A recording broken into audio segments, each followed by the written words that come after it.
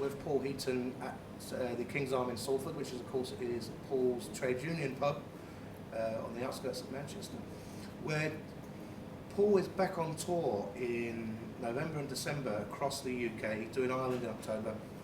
And once more, you're teaming up with the GMB union, Paul. Well, it's not just a trade union pub, it's a pub for all. You don't have to be. Oh, yeah. I noticed you did offer a trade union discount on Tuesday, which should financially kill us, but still. But yeah, it's I can't remember how the situation arose, but it's a situation that suits all. We had a good tour with the GMB.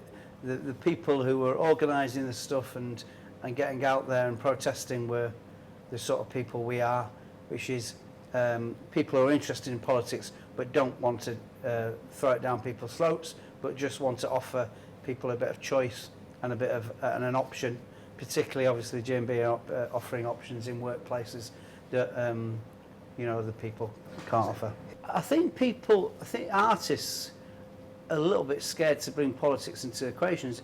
It would be interesting to see how something like X Factor took on a political artist.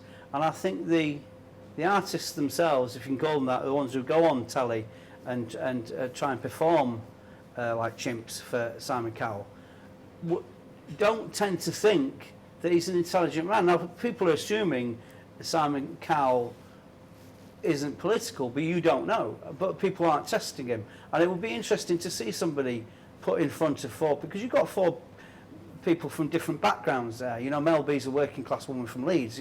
You don't know her political history. So it would be interesting to see because people, what's happened with that programme is there's been a dumbing down race between the panel and the crowd and the audience, and so they're all racing to see who can impress each other with how little they can do. And it would be interesting to see if somebody, because I don't think people would find it offensive. I don't find it offensive as long as it's wrapped up in, like a pop song or, a tune. I don't find it offensive somebody telling me what they think about politics. Whichever politics it is, I can always listen, and if I disagree, I disagree. But wrapped in a song, I'm less likely to disagree. So I don't think it should be a problem to artists, whether they be ones who go on the telly on those shows or ones who come and play a place like King's Arms. You can always be political. Sometimes people are over political and ham it up, but sometimes you get the right mix. And it feels on this album, the last album I've had, people are looking at the singles, and DIY is not an overtly political song. It's a song that says something about that women feel about another woman, but it's not meant to be like a poke in the face for anybody. But there's other songs on there which are more political. But I think as long as you mix it up and you don't go flag waving too much, you're fine. And that's why the GMB is probably just about right. Is we don't want some people leaving like this. They feel as though they've had to take it. It's a sideshow. And it's one of the things that you touched on in the last talk. It is a working class unit. There's no, the GMB is working class. It is men and women who are doing the jobs that need the support, and you've got right behind them. Yeah, well, I mean, the people I worked with during the last tour from the union were probably in similar positions that I was in. I was straight from school into an office, and actually going into an office was seen as a good job and seen as posh, but the reality of it, working in an office and working at communication centres, etc., is it is one of the most poorly paid jobs you can get, and it was poorly paid where I was working. It was, if you look at me and my brothers, we were all in different jobs, all poorly paid. From a lorry driver to a scaffolder to me working in an office. But I was seen as the arty one because I was working in an office, drawing pictures of people. But yeah, it gets hold of and as you say, particularly women. Women are not only underrepresented at work, but they're underrepresented in the trade union movement. And it is good to have a union that represents women. And I've had some really good letters.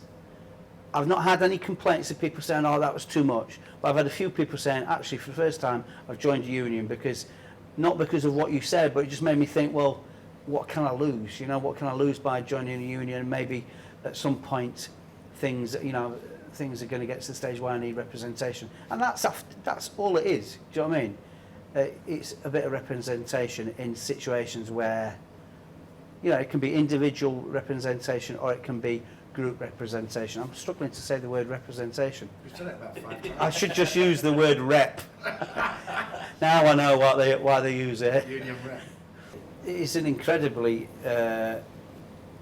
important time to do whatever you feel is right. You know, whether it be joining a union or some way you feel. I'm not saying joining a union is the only way you can do it, but some way you feel as though you can represent yourself. Whether it be starting a band, you know, like joining a union or starting a newspaper or doing whatever, it is a good time to do it because there's a lot of people out there you'll find join in with your ideas, you know, and one of the small comforts you can get from, you know, like times of so-called austerity like now is there's a lot of other people you'll find you can, you know, bang ideas together with. And just finally, I mean, we're in the King's Arms. It's your pub. You gave trade unionists discounted drinks on a Friday. That's not a gimmick, is it? That's just we want to build that community up. No, I mean it's not a gimmick. I've always enjoyed pubs anyway, where you can have both a laugh and a good row. You know, like I don't mean fight, but you know, like a good chat about things. And if we can get people in and get people discussing, there was a lot of people who use this pub and Salford pubs around here. Karl Marx and Engels were both drinkers around here. I don't know if they used our pub. I'll lie and say they probably did. But there's a lot of people who enjoy going and having a pint and having a debate. So we want people to encourage people to join a union and encourage people to join a band and come in and, you know, whether the unions be the musicians' union, that people should think about that. I know a lot of young musicians can't join the musicians' union. It can prove to be expensive deal, you know. But in general, yeah, we're trying to get people into the pub who like a pint and a laugh and a chat about what's going on outside the pub.